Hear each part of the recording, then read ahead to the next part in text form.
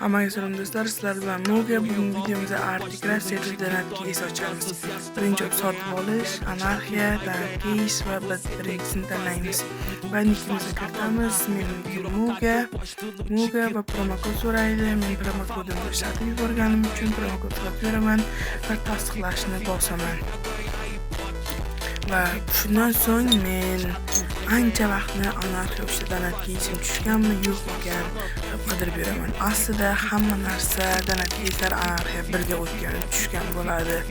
U vaqtda esa men uni bilmasdan o'zimning ender sundigimdagi narsalarni sotayotgan edim.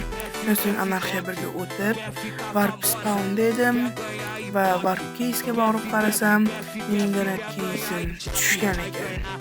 Va xursand bo'lib men birinchisini, ya'ni o'rtadagisini ochishga qaror qildim. Buni ochganimdan so'ng men o'rtadagisini, ya'ni o'rtadagi birinchini tanladim va menga afsonalar tushdi.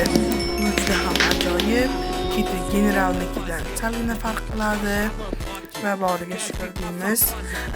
Va men o'sha donat keysda nimalar tushishini tekshirib ko'rganimda undan maksimalniy general rank tushar ekan, imperator ranki tushmas ekan. Sababli men donat keysdagi eng yaxshi ikkinchi rankni olgan ekanman. Va bunda endi menga kitimni oldim va ender chestim ham kattalashgan ekan va inventarimni taqib uchun orada taxladim.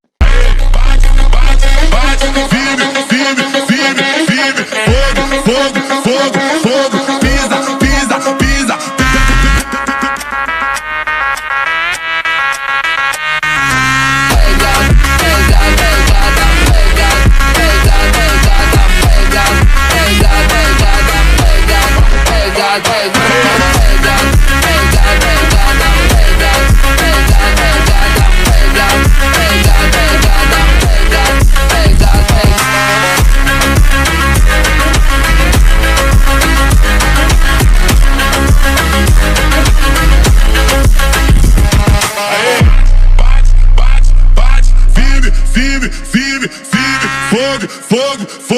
fogo, pisa.